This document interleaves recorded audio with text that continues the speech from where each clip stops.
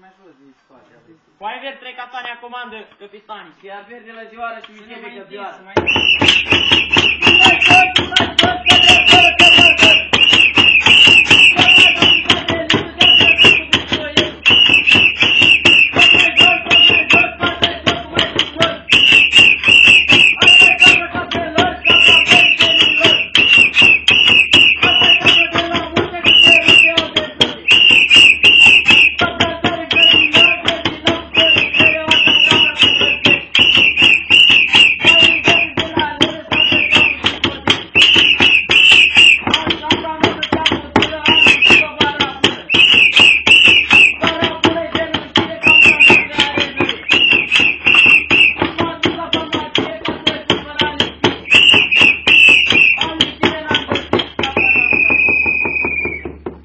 Doctorul Pirat, excelentul la halat.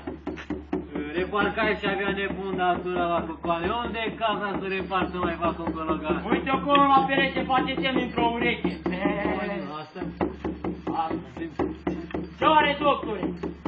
Are urte la stomac și o pui de drac în cap. Ce mai are, doctore? Are coada răsucită și lângă o dinamită. Trei cuțite au la mine, unul taie, unul frânge, altul vrea să scoată sânge.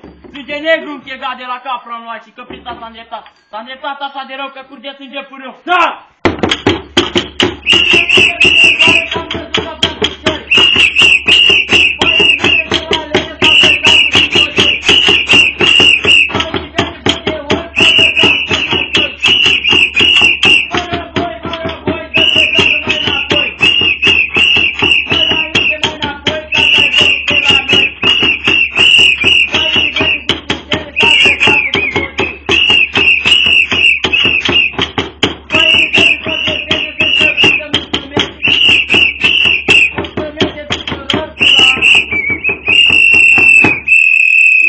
La mulți ani!